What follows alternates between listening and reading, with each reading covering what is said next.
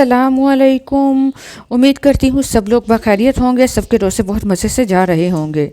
आज हम बात करेंगे बलगम के मुतालिक। बलगम बार बार क्यों बनता है, बार बार क्यों आता है, इसका इलाज क्या है, इसको कैसे ठीक किया जा सकता है और कौन सी वजूहात है जिनकी वजह से बलगम बनता है। ठीक है, तो अगर आप इसको समझ लेंगे तो इंशाअल्लाह आप इस बलगम से छुटकारा पा सकते हैं। इस वीडियो में मैं सब कुछ आपको बताऊंगी, जिसके बाद इंशाअल्लाह आपको दोबारा मसला नहीं होगा। जब आप लोग वायरल इन्फेक्शन को ख़त्म करने के लिए एंटीबायोटिक्स का इस्तेमाल करते हैं तो ये एंटीबायोटिक्स जो होते हैं आपके इन्फेक्शन को ख़त्म करने के साथ साथ इनके साइड इफ़ेक्ट ये होते हैं कि जो आपके जिस्म में अच्छे जरासीम होते हैं उनको भी ख़त्म कर देते हैं। इसी वजह से आपका जो निज़ाम होता है उसमें कमज़ोरी होने लगती है, आपका इम्यून सिस्टम कमज़ोर होने लगता है। तो ये जो अच्छे जरासीम ना होने की वजह से आपके जिस्म में फंगस की ग्रोथ होने लगती है।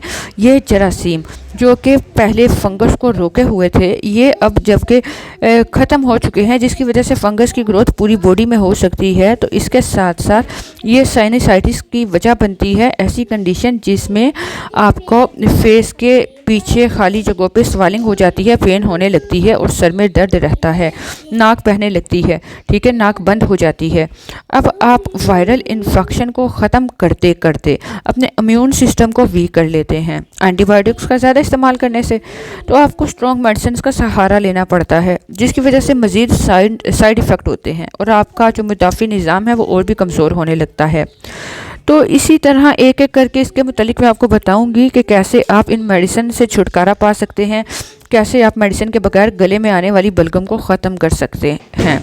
सबसे पहले पे आता है GERD, गैस्ट्रोइसोफेजियल रिफ्लक्स डिसीज़, जिसमें मैदा और खुराक की नाली के दरमियान मौजूद एक वाल्व होता है, वो सही तरीके से बंद नहीं हो पाता। ठीक है, मैदे का तेज़ाब बार बार गले में आता है, ये बहुत आम वजह है गले में खराश और रेशा बनने की। बार बार गला साफ़ करने की ज़रूरत महसूस होती है और फिर बहुत सारे लोग इस मसले का शिकार हो जाते हैं और उन्हें अमूमन एंटासिड्स का इस्तेमाल करना पड़ता है। और इसलिए सबसे बेहतर ये तरीका है कि आप एप्पल साइडर विनेगर यानी कि सेब का सिरका इस्तेमाल कीजिए। सेब का सिरका इस्तेमाल करने से आपका मैदे में मौजूद एसिड के लेवल को न्यूट्रल करता है, ठीक है, बरकरार रखता है। इसके साथ साथ मैदे की पीएच को बैलेंस करता है। अगर आप लोग प्रॉपर मुआयना करवाना चाहते हैं आप एंडोस्कोपी की तरफ भी जा सकते हैं, जिसमें एक छोटे कैमरे की हेल्प से आपकी खुराक की नाली के ज़रिए आपके मैदे में छोटी और बड़ी आंत का मुआयना किया जाता है। इस महंगे प्रोसीजर से पहले अगर आप लोग क्यों ना सस्ता और आसान तरीका आजमा लें। एसिड रिफ्लक्स का शिकार लोग, GERD का शिकार लोग अक्सर खाना खाने के बाद गैस, ब्लोटिंग, बदहज़मी का शिकार नज़र आते हैं। ये आसान और सस्ता तरीका ज़रूर आजमाइए मैदे की तेज़ाबियत को ठीक करने का, और बहुत सारे लोग इससे पहले बहुत फ़ायदा उठा चुके हैं और उठा रहे हैं। दूसरी वजह है कि आपके जो गले में रेशा टपकता है, जिसकी वजह से खांसी आने लगती है। वायरल फंगस या बैक्टीरियल इन्फेक्शन की वजह से ये प्रॉब्लम हो जाती है कि कीड़ा गिरने लगता है, रेशा आने लगता है। अब ये जो रेशा है ये उन बैक्टीरिया की वजह से होता है जो हमारे जिस्म में मौजूद फ्रेंडली जरासीमों ने एंटीबायोटिक से बचने के लिए बनाई होती है। ठीक है, ये जो जरासीम होते हैं ये कॉलोनी की फॉर्म में रहते हैं और अपने इर्द गिर्द एक आप कह लो डाल सी बना लेते हैं। ये डाल एंटीबायोटिक से बचाती है। अगर ये डाल ना हो तो इससे आपके एंटीबायोटिक्स जो हैं वो फ्रेंडली जरासीम को और जो असल जरासीम होते हैं उनको मार देती है। आपके हलक में हर वक्त रेशा आता है।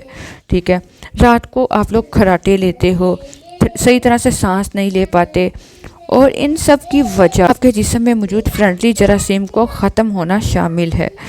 एक और बहुत बड़ी वजह कैल्सिफिकेशन है, जैसे कि दांतों में टार्टर का जमना, ठीक है, और कोलेस्ट्रॉल की प्रॉब्लम हो जाना।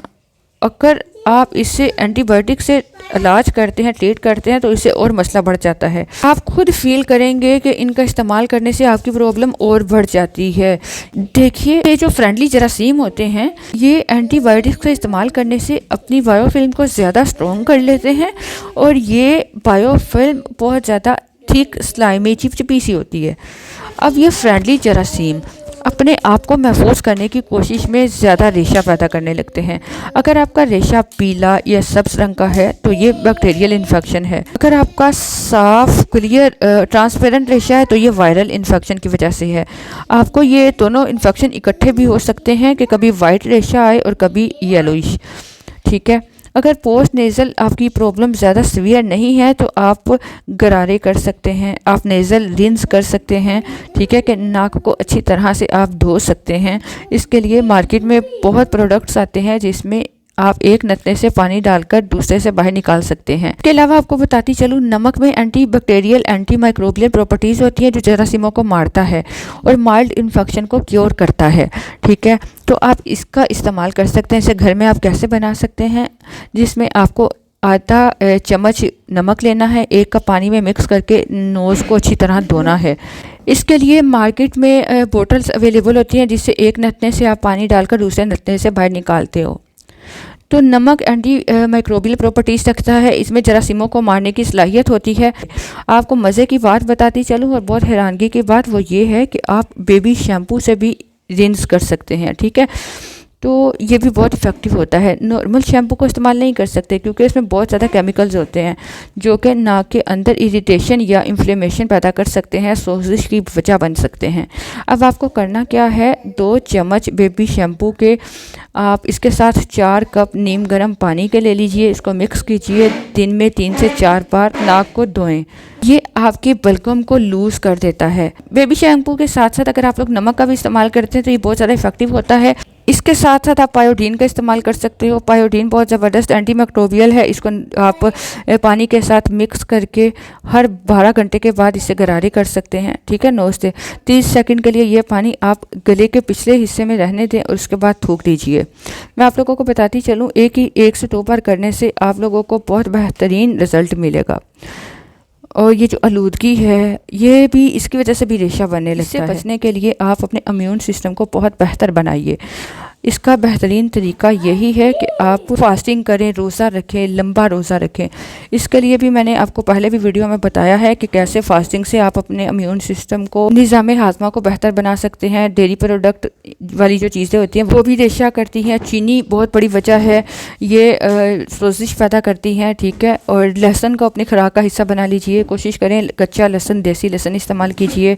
ठीक है, ये आपके मुदाफ़ी निज़ाम जो है उसको बेहतर बनाता है, इम्यून सिस्टम को बेहतर बनाता है, जिससे आप वायरल बैक्टीरियल इन्फेक्शन से आप बच सकते हैं। आपको पहले जड़ तक जाना है कि रेशा मैदे की वजह से आ रहा है, नाक से आ रहा है या हलक से आ रहा है, तो इससे आप जड़ से अपने मसले को ठीक कर सकेंगे। आपसे इजाज़त चाहूँगी, मिलूँगी नए टॉपिक में नई वीडियो के साथ। अल्लाह हाफिज़।